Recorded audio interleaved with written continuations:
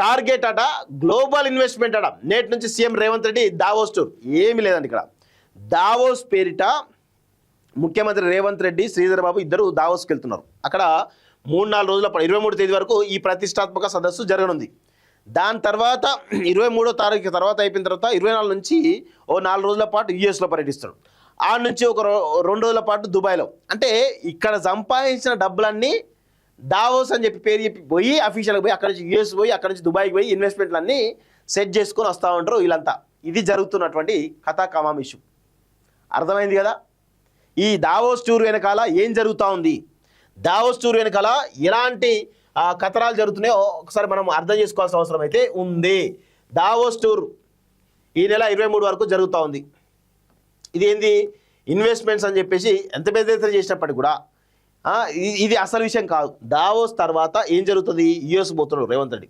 US పోయి అక్కడ ఏమంటారు, మళ్ళీ హార్వర్డ్ యూనివర్సిటీ స్టూడెంట్గా 4 రోజులు ట్రైనింగ్ తీసుకుంటామని చెప్పేసి ఓ పెద్ద అది చేస్తున్నారు.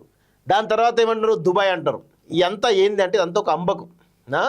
ఇవన్నీ బయటికి ఎప్పుడు హార్వర్డ్ యూనివర్సిటీ, దావోస్ పెట్టుబడులు ఇవంతా బయటికి తెలంగాణ ప్రజలను మభ్య పెట్టడానికి మాత్రమే. ఇక్కడ రేవంత్ రెడ్డి ఇక్కడ సంపాదించిన డబ్బులు ఏవైతే ఉన్నాయో వాటిని అమెరికాలో కానీ దుబాయ్లో కానీ పెట్టుబడులు పెట్టడానికి పోతున్నాడు. 23 వరకు ఈయన టూర్ ఉంటుంది. మరి 24వ తారీఖు రావాలి కదా. మళ్ళీ హార్వర్డ్ యూనివర్సిటీ పోయి 4 రోజుల పాటు అని చెప్పేసి అక్కడ వేసుకొని దాని తర్వాత దుబాయ్ పోయి అక్కడ ఇంకేదో సెట్ చేసుకుని రావడం అవసరం ఏంది? దీని వెనకాల ఉన్న ఉద్దేశం ఏంది? 11 రోజుల పాటు రేవంత్ రెడ్డి తెలంగాణలో ఉండడు అంటే ఏ విధమైనటువంటి పరిస్థితి ఉందో ఒకసారి మనం అర్థం చేసుకోవాల్సిన అవసరం అయితే ఉంది మిత్రులారా.